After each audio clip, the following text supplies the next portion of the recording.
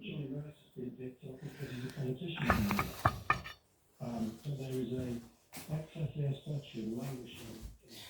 guys, how you doing? My name is Crystal and welcome to my YouTube channel. I've got to take my dog for a walk. I've been around my mum's for 4 hours.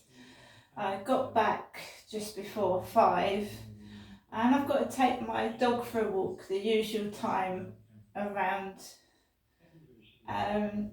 7 p.m ish, and it's lighter now, so you get more people outside, don't you? Siri, what's the time please? It's 6:29 p.m. So it's 29 minutes past 6. I've actually got the radio on, LBC Radio London. I live by myself. I'm not scared. I'm an anxious person, and things do what wouldn't really annoy or upset somebody else, it annoys and upsets me. So I have to keep saying to myself, my mum's an elderly lady, she doesn't mean what she's saying, and it's very difficult. You've got to understand that I have got an elderly mother that is refusing to seek help, and I cannot force her to do anything against her will. Why she can cook her own lunch, she knows what day and time it is, and she's compos mentis, she knows what she's saying, and she knows what she's doing. I can't interfere. Some of the things she says to me hurts like hell, and I have to, sometimes I hadn't had any sleep last night. Somebody was making noise in the early hours of the morning, which is right above where I'm sleeping. It sounded like mice or rats scuttling about. It's like someone's scuttling about in the early hours of the morning on the wall and sometimes the top of the ceiling. So you can hear somebody opening the door, shutting it about 2 or 3 in the morning. And most people like the peace and quiet when they go to sleep, don't they? I mean, if you had mice on the ceiling, that would piss you off. So somebody was wandering about in the early hours of the morning, opening and shutting cupboards, maybe turning microwaves on and God knows what. Right where I go to bed. So I hadn't had much sleep last night. My mum, when I do get to sleep, and I thought, well, I've got all day, maybe if I sleep until 9 a.m, I might feel better. So 7:25, my mum rings the phone. Right, so I get up. The bin truck comes down Corey's Road, slamming the bin store open and shut, banging about. I've had no sleep. I inhaled what smelt like glue yesterday where the builders were, so I had a headache, my head was hurting. I felt I'd sniffed, there was cannabis smell in the lift last night when I went out, so I was just completely, I just felt horrible this morning. I dragged myself off to the co-op. I thought, right, we're going to continue this, being self-resilient, self-reliant, and we're going to just, I'm an adult. And I'm not allowed to be an adult. And what happens when I get round to my mum's? I get accused of being my mother, copying my mother. I witnessed my dad slowly die. I did. I hadn't seen my dad for about 3 or 4 months before he passed away. And now my mum's talking about, I'm ready to die. I'm ready to die. What is going on? There's men in one of the flats working on somebody's kitchen. He's outside with a saw. and it feels like my mum is purposely trying to upset me, what's the guy going to do? Chop my arms and legs off? Well, I don't know. She was, I haven't seen one of my children for 13 years. And this morning she brought one of my kids up. Oh, I thought you might have gone off to see your children. I don't even know where my youngest child lives. Or my daughter. I don't know where they live. So why the hell? I don't know where my son lives. I don't know where any of my children live. So how could I possibly run off and go and live with one of my children if I don't know where any of them are? I mean, really?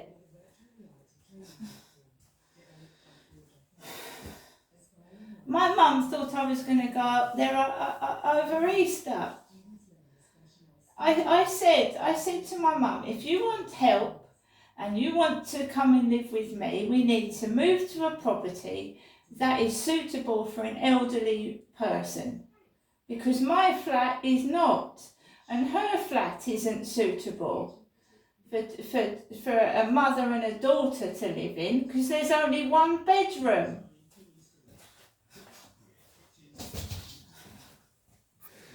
So I've discussed the options with my mum. I said, yeah, if you want to come and live with me, then we need to get a flat where I can look after you properly, that's got 2 bedrooms in it. Because I can't sleep in the same room as my mother, can I? So that's what the problem is here. That's why I'm bidding on bungalows.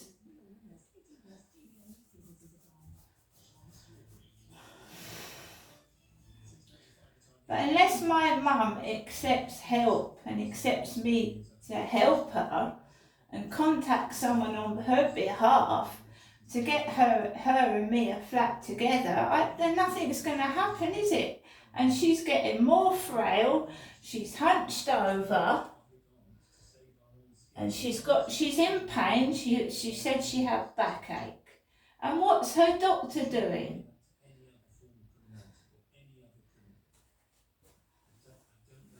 I mean, come to think of it, what's my doctor's surgery doing? They don't even know what the appointment was for.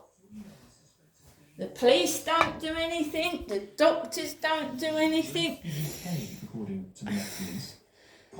So let's listen to the radio for a bit. Thankfully, he's now been discharged from hospital.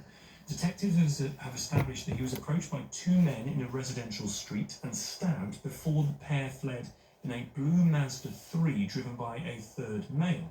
The car was found abandoned in the nearby New Malden area shortly afterwards.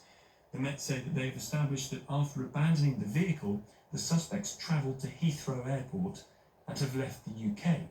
Adam Bailey is a spokesperson for Iran International, the TV station that Mr. Zarati was working at. Thank you very much indeed for coming on the programme. What threats are made to people who present, journalists that work at Iranian TV channels overseas? A lot of threats, good evening, a lot of threats are made against Iranian journalists working for Iran International on a variety of ways. Their families in Iran are threatened. Several of our sort of prominent journalists, the ones who are on air presenting shows, have received direct death threats. What the police call credible threats against their life. It spans sort of very many kinds of threats. Personal, professional, there's often very scurrilous things posted online and so on, which is very upsetting. Mainly lies, of course. And I guess the question is why? Because Iran International, along with other overseas-based Persian media news outlets, is a threat to the authorities in Iran, because they're free and independent sources of news, information, all kinds. Have there been examples of Iranian journalists working in the UK being attacked by, or being followed, or being harassed by, in person, members of the Iranian regime? No, this is the first attack we know of, but there have been incidents of people being trailed, tracked, monitored by third parties. Whether or not they're agents of the Iranian security forces, of course, is another matter. And that's in London. They're being tracked in London by third parties possibly connected to the Iranian regime. Possibly. Wow. Agents employed by the Iranian security forces are second and third hand. There's no one operating with an IRGC badge, for instance, that kind of thing. It's very much, they don't wish to leave a paper trail. If you've managed to speak to Poria, I wonder what it is they say they think happened to them and why. Because I have spoken to him. I speak to him a lot. He's in good health. He's doing well, as you know. He's been discharged now from hospital, and he can't wait to get back to work, which is a good thing. I think, well, I don't think, he thinks, we all think that clearly this was not just a London robbery, as it were, of a normal kind, the usual kind. It is, it looks very much as though it is linked to a targeted, linked to threats already made against him over the past 18 months, and is a targeted attack. But there's no confirmation of this, and the investigation is continuing. I wonder what hope you have of the investigation finding who did it and why they did it. It's, the police have said that they're looking, they cannot say as, the motivation or identify the people yet, but they hope to. If they can provide, if they can find out the links. We just wait and see. Yeah. Is there, how much of a problem is there, do you think, in London in particular with, for want of a better phrase, Iranian sleeper cells? I think there is considerable problem. The police have said earlier, at the end of last year, that they knew of 15 such plots against Iranian journalists. There are rumours of more, of course, which is normal, that there would be rumours of more. So I think it's fairly well accepted. I think the government accepts and has stated, this is a problem. Transnational repression or aggression, however you want to phrase it, is a problem. State actors operating against journalists in the UK is a problem. Well, we wish Mr. Zaretti a very, very speedy recovery. Thank you very much indeed for coming on, Adam. Adam Bailey, spokesperson for Iran International, the TV station that Poria Zaretti was working for at the time, or is working for at the time. He was stabbed on Friday afternoon. Extraordinary story. Right, guys, I've got to get ready to take Max out for a walk. There's clearly something underhand and quite wrong going on, and I'm trying to get to the bottom of it. Klarna is taking an awful lot of money out of my bank account, right? So they're supposed to take payments out like every couple of weeks.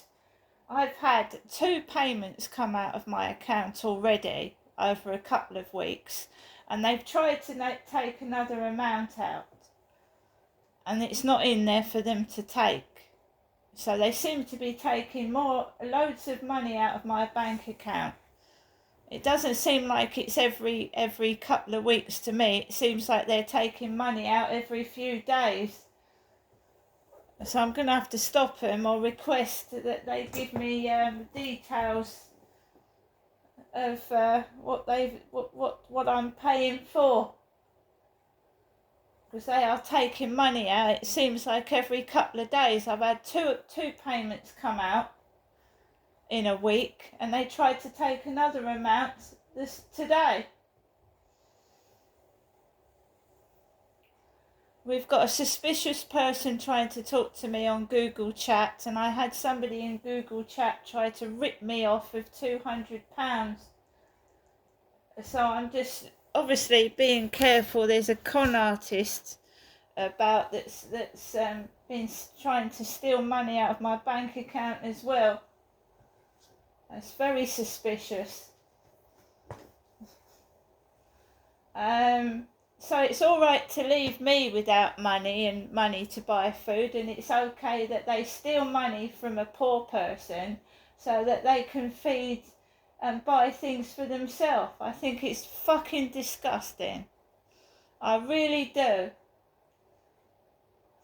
It's absolutely disgusting to steal off a poor person so that you can buy yourself luxuries.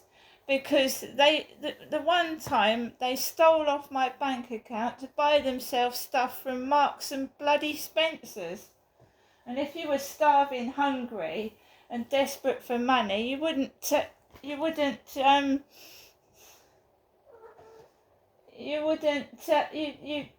accept anything, wouldn't you? You wouldn't rush to Marks and fucking Spencer's. They're taking a joke. They're taking the piss. And again, the police are useless. If someone steals money out of your bank account, they won't bloody do anything. Yet someone's complaining about dogs barking, for goodness sake. Really? Get your priorities right. They've done nothing for me. Nothing at all. And they start sending me letters. I mean, really? I'm just sick and tired of it. It's a joke. The whole of the United Kingdom is a big joke. It helps the rich and it fucking shits on the poor, this country does. See you later.